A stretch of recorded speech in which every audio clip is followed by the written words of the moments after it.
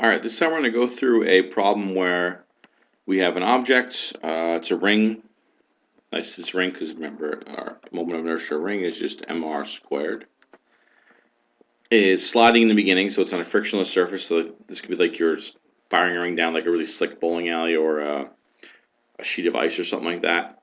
And then it hits a part where it's frictionful, if that's even a word, right here. And it starts, the friction catches it, starts making the ring start to roll, but it's also still sliding a little bit because of its speed. And then eventually you get to a point where it stops sliding and it's only rotating without slipping at all. Then ask us some questions about this. So let's see. First, it wants us to develop start with Newton's second law, develop a differential equation that can describe the linear velocity and the angular velocity of this thing. So remember, whenever you see differential equation, it looks a little bit scary, but remember, all they're really asking you to do is they're telling you to do a Newton's law, and wherever you see acceleration, you put in dv dt, and wherever you see angular acceleration, you put in d omega dt, and guess what? It turns into a differential equation. So we're going to start with Newton's laws. So let's do I first. So I'll do I in blue. So we have sum of the forces. We go back up to our picture here. We are on the part where it's just starting to slow down. So we look at our object. Now it's a two-dimensional object this time, so we can't treat it as a point source. We're going to have a gravity force going down. We're going to have a normal force acting on the ground right here going up, N. And we also have, since it's sliding to the right, we're going to have a friction force going to the left. And now we can just put these in our equation.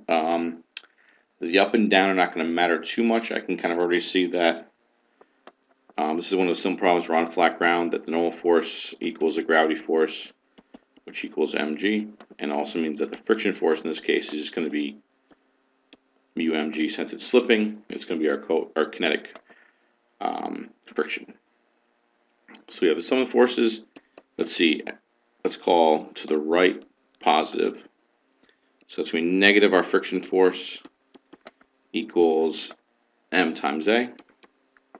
And if we sub in our stuff, we get negative mu mg equals m dv dt. So if you write it nice and fancy, we get dv dt equal, and also when the m's cancel on both sides, is simply just negative mu g, which you would have got if we solved for the acceleration, and that's fine as a differential equation. So let's look at the angular version of this. So we're going to use some of the torques for this. So some of the torques about the, now this time we're going to do it about the center. I'm going to do it about the center of mass of my object, since it's asking for how fast this thing is rotating. So that's going to be, now if you look at our picture, the only thing that's not acting directly through the center of mass, the normal force goes through the center of mass, so it doesn't apply torque. The gravity force goes through the center of mass, does not apply torque. The only thing it does apply torque is the friction force, and its lever arm is actually the radius of this ring. So it shouldn't be too hard. So we have, excuse me, sum of the torques equals the radius across the friction force, and that is going to equal I alpha. Again, solving for, we're looking for alpha this time, so let's first expand this. We have R mu mg equals, now we said this is a ring, so the moment of inertia is just mr squared times alpha. And look at this, a bunch of things cancel out. We lose an r from both sides, we lose m from both sides. So we just got to divide out an r, and we get that alpha is equal to, I'm going to call d omega dt, and that's equal to whatever's left over, which is just mu g over r. So there are our two differential equations for our situations. So let's move on to the more fun stuff. So now it says derive an expression for the magnitude of the following as the ring is sliding and rotating. An expression for the linear velocity v, and an expression for the angular velocity. Now we have a differential equation that describes how those things change, so we can just do a couple things. So we can use the fact, we can say, well, the integral of dv dt is going to give me v as a function of time, and integral of d omega dt is going to give me omega as a function of time, which is what we're looking for. So we could take integrals here, but If we look at our acceleration and our angular acceleration up here, they're constants. Well, we solved these before. We know for a constant velocity, v equals v naught plus acceleration times time, and omega equals omega naught plus acceleration, or plus angular acceleration alpha times time. So we actually already have these solutions, so we can use either or. Now I'll do one way and one the other way just to show you, but I would pretty much always just use this version. Since I have the accelerations array, if I just plug my answers into these versions here, plug this into here, plug this in there, I have my answer for part B. I don't even need to solve the differential equations because I've already done that since it's for a simple case of constant acceleration, but we'll do it really quick anyways. It's not too bad. So if we look at the velocity, I'm going to say, well, acceleration is negative mu g, because I just found that. Use the equation v equals v naught plus acceleration times time. And my initial velocity is just v naught. So my velocity as a function of time is just going to be v naught plus, let's get rid of the negative, minus mu g t. And if you look at the other one, I'm going to do this the long way. So for part 2, we'll do it the long way. We'll say that I'm going to separate these variables, so I can say that integral d omega equals the integral of the other side, which was, let's see, mu g over r dt. So if I integrate omega, and on the other side, I just going to make sure I don't forget my constant, but I can do this. So the integral of omega, or of d omega, is just omega as a function of time. And now this is going to equal, let's see, mu g and r are just constants, they stay there. Mu g over r. Dt is, the integral of that is just t. Big surprise there, plus some constant. And now in this case, we got to figure out what this constant is. Well, the constant is evaluated when t equals 0. So when t equals 0, this whole term goes to 0. And so this is really whatever omega is at t equals 0. Well, we know this thing was sliding in the beginning, it wasn't spinning, so I know that this constant is omega at time 0, which equals omega naught, which equals, in our case, just 0. So our final value is going to be our angular velocity with respect to time is just going to be equal to mu g over r times t. Which again, if you look back up here, if we put it into this equation here, just put mu g over r times t, this goes to 0, we get the same answer. Alright, now is even the more fun stuff. So it says, derive an expression for the time it takes the ring to travel a distance L. So we know a couple things. This seems weird, it seems like we don't know enough, but we know when it travels L, so when this happens, it stops slipping. And we know something else. When it stops slipping, we know that the rotation rate is such that the distance it covers when it's rotating, the distance covered by the outside of your ring when it rotates, is the same as the distance traveled by the actual object. Or we can say that the tangential velocity of our rotating ring is actually equal to the translational velocity, or just regular velocity v, of our object. And since our translational velocity we can now turn into, we can relate it to our angular velocity through the radius, we can say that the velocity this thing is moving at, not the velocity it's spinning at, but the velocity it's moving at this point when it stops slipping. Now, it only happens when it stops slipping, not all the time, but when it's not slipping at all, that velocity equals omega times r. Now, v tangential always equals omega times r, but in this special case, these two things are equal to each other. So that's a big piece of information that we need. Once we realize that, we can solve it. So I'm going to say, well, v is now equal to r omega.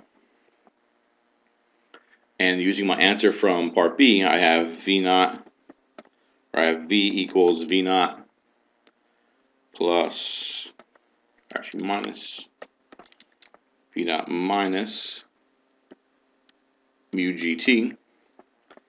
And I know this is now going to be equal to r. Now I can sub in my equation for omega at this point too, because I'm trying to see when my equation for omega and my equation for v kind of match up in this right way. So I'm going to sub in my answer for omega here. That's going to be, let's see, r times mu gt over r. And as you can see, some nice things start to happen. These r's cancel each other out. I can't cancel the g's out because there's not a g with v naught, but I'm looking for time, right? So let's just group our times and put this together. Now be careful, some kids might want to think, oh look, this is going to cancel out that. No, it's not. When I move this over here, I have to add it. So I really have that my initial velocity equals 2 mu naught gt. And so the time for this to happen is going to be equal to the initial velocity that this is sliding at divided by 2 mu g. So that's the time it takes for this thing to travel a distance L when it actually stops sliding. See, draw an expression for the magnitude of the velocity of the ring immediately after it has traveled the distance L. So now that I have this time, I can actually just plug it into my velocity equation. So I can say v equals v naught minus mu gt. Plug in my answer I just found. V equals v naught minus mu g times v naught over 2 mu g.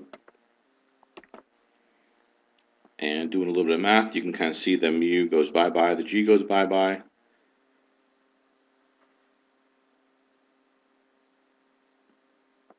And I get v equals v naught minus v naught over 2, which is v naught over 2. So the velocity when it stops slipping is actually half what it started as when it was sliding. And the last part, it wants you to derive an expression for L. Now this gets to the part where you have to, it's a little more crazy, so you can integrate this stuff. I'm gonna work you through that way and show you the integral of it. You can also just plug it into one of our other equations. So the easier, possibly easier way, but maybe not as fun way, is using the fact we can use one of our kinematics equations where delta x actually ends up being L, and we kind of have the other stuff. We can sub things in and do a little bit of math and solve for L. But I might as well write out the calculus way just because, why not? So let's go back and do that. So we're going to start by saying, so L is going to be the integral from 0 to t that I just found of my velocity equation with respect to time. So this is going to be the integral from 0 to t of v naught minus mu gt dt. So now I got to do a little bit of manipulation. Got to be careful with my algebra now. So let's see if I integrate this. Integral of v naught is just v naught t. Integral of mu gt is going to be 1/2. So we got minus 1/2 mu gt squared. And you notice that is our, remember from before, that's our one of our kinematics equations. So we should get those back out because we're doing the stuff we did before. And this is evaluated from 0 to t, which t ended up being, let's see, v naught over 2 mu g. So we fill these things in. We have, let's see, v naught times v naught over 2 mu g minus 1/2 mu g times v naught over 2 mu g, the whole thing squared.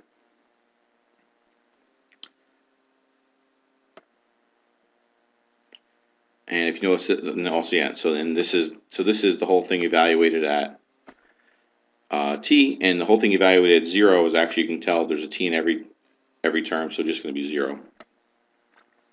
So that's not too hard. And let's just going to do some simplification. So this is going to turn into, let's see, v naught squared over 2 mu g minus v naught squared over mu g over, let's see, in the bottom we're going to have a 2. We're going to have a 2 that's squared, so that's 2 times 4, so that's going to be 8 in the bottom. And we have a mu g, the whole thing squared. And let's see, we got a, what do we got here? A mu g on top, we got a mu g here, we can get rid of those. These both happen to be in terms of v naught on top. They're pretty close in the bottom, except for there's a 2 coefficient here and an 8 coefficient here. So I can just realize, okay, so this is really, instead of 1/2, I can say it's 4/8. So I really have 4/8 v squared over mu g minus 1/8 v squared over mu g. I can do that in my head even. So let's see, what can I? 4/8 by 1/8. That's just going to be 3/8. And then our term is v naught squared over mu g. And that should be our answer for L. And I'm going to just do a quick check with units because we did a little bit of algebra here. Always good to check units. Give you a little tip, maybe if you didn't make a mistake. It doesn't always guarantee it, but it helps. So our units on top are going to be m squared over s squared. Our units in the bottom are m over s squared. Mu has no units, so we're left with units of just m, which is what our L should be in, so we're looking good.